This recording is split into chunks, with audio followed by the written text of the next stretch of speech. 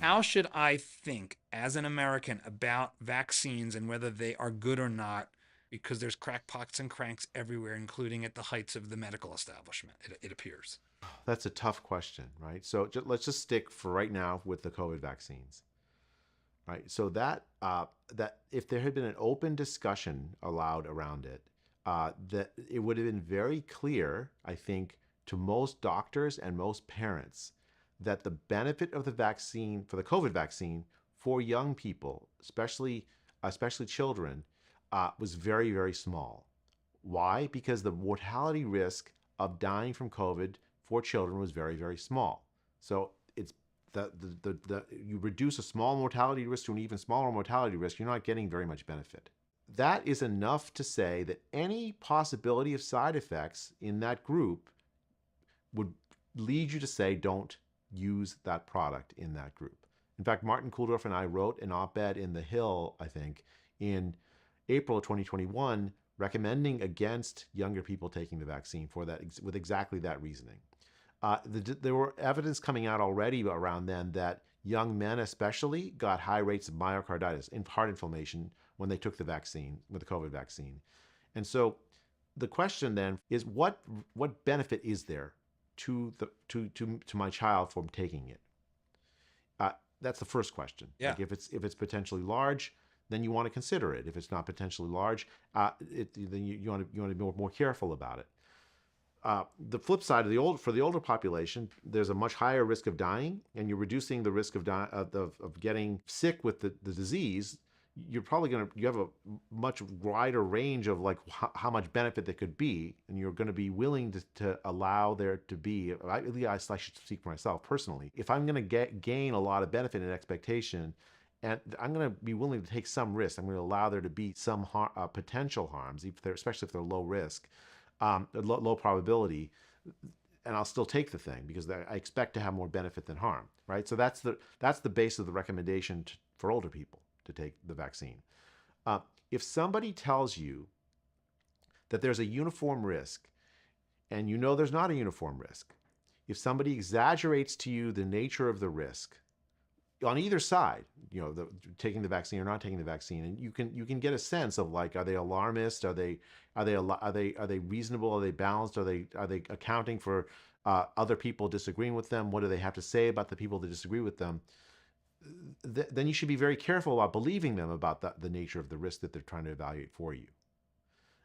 Second, I don't think that you, as a parent, I mean, I do think that there's it's very difficult, right? So, like let's leave COVID vaccines aside. Let's move to the childhood vaccine schedule. I do want to ask one follow-up question before we expand on the other, MMRs and all the rest. So there's death, but then there's other stuff, right? That's not death, but is in the middle. So taking the vaccine appears to have increased myocarditis risk with young men. Like my son was of that age in that target at the time when the COVID vaccines were really getting pushed.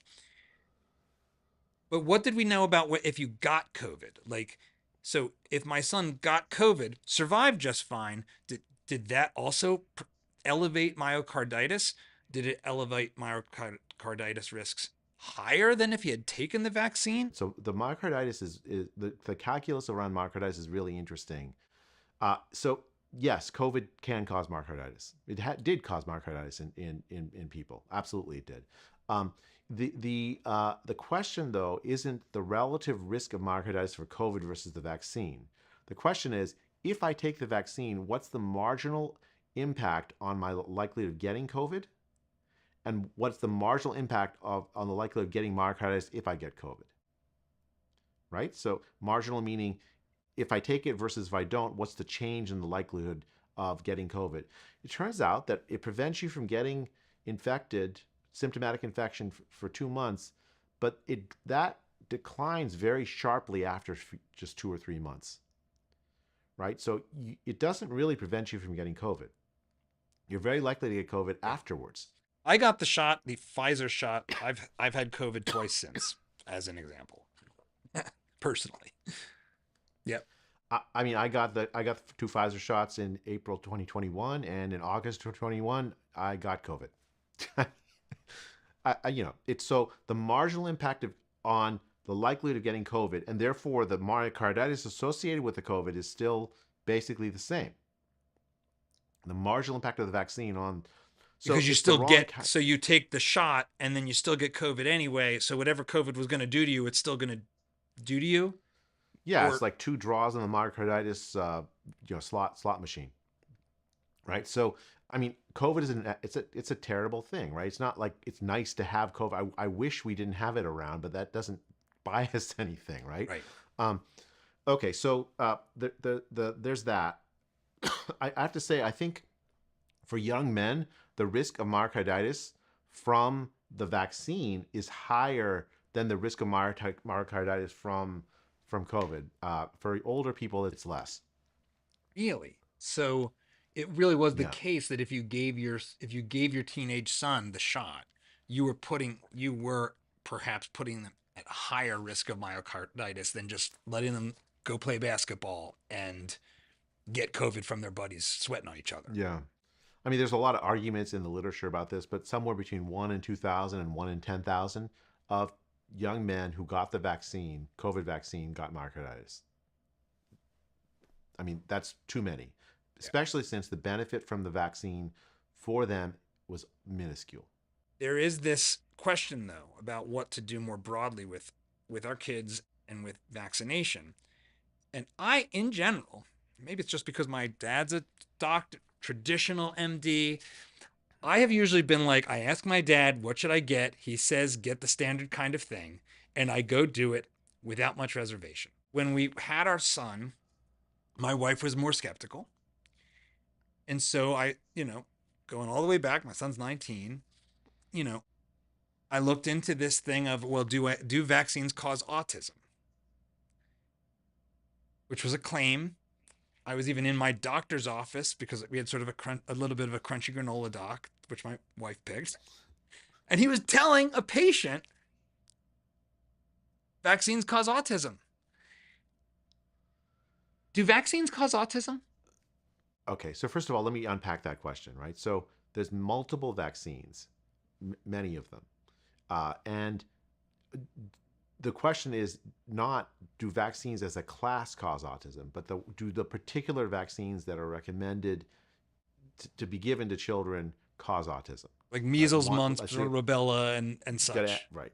You answer the question one at a time. Now, the idea that the vaccines cause autism actually came out of the first time I heard of it was a study in the Lancet, which is a very famous British medical journal. A small, tiny study with I think inadequate kind of methodology that found that there was some correlation. It's the kind of study that would normally be published in some journal no one's heard of, and then there have to be much larger and larger investigations before you study. But it was published in a very top medical journal, and it caused a lot of people to think that the MMR vaccine, measles, mumps, rubella vaccine, causes autism. Now, work that has been done subsequent to that, not randomized work, but like large-scale population epidemiological studies of the sort that I deem as credible in the Netherlands by groups that are not conflicted, have found no correlation of the MMR vaccine and subsequent autism using population scale data. So I don't believe the MMR vaccine causes autism. Now, it's not randomized, so I tell my friends who are much more skeptical of vaccines than I am and they're like, well, it's not randomized. And my answer is, yeah, right.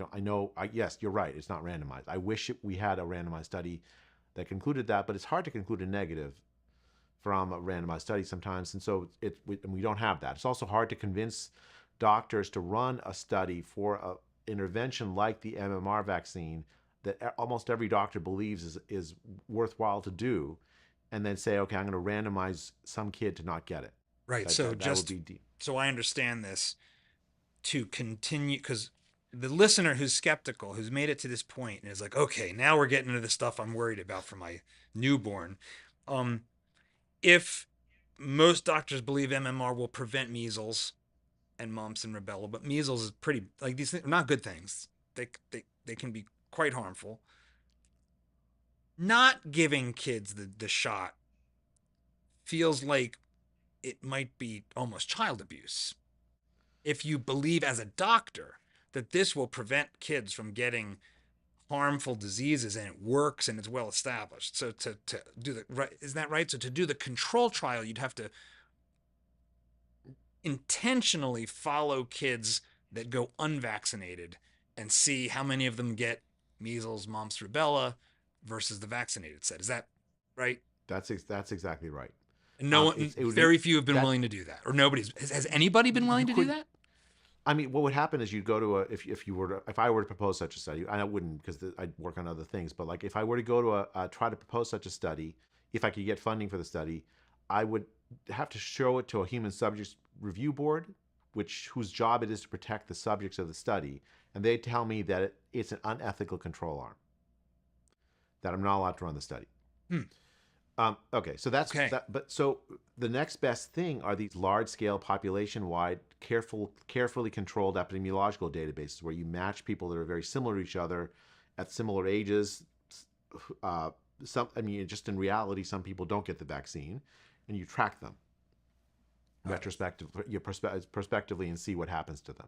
I didn't tell them not to get the vaccine; they just happen to not get it. I capture them in my database, and I go forward and ask, are the kids that were vaccinated, more likely to get autism diagnoses later on than the kids that are not? And large-scale studies in Denmark found in the year 2000, no. The answer is no. They're equally likely to get an autism diagnosis. There are more complications here than this. So let me just tell you a couple of complications. So one, measles, mumps, and rubella are very bad if kids get it. It's bad for kids to get it, right? It can cause death in the kids. But it's very uncommon, in part because of the success of the vaccination programs. So the marginal benefit in a population that's largely vaccinated to any particular child getting vaccinated is actually small. But if everyone were to choose to do that, then measles, mumps, rubella would come back, and you would have the marginal benefit get higher. So right? What you have is I can choose not to get the MMR and go, and my risks are low because I'm free riding on a herd immunity because most people get it. Exactly. The other aspect of it is there's a very talented epidemiologist in Denmark. Her name is Christine Stabel-Ben.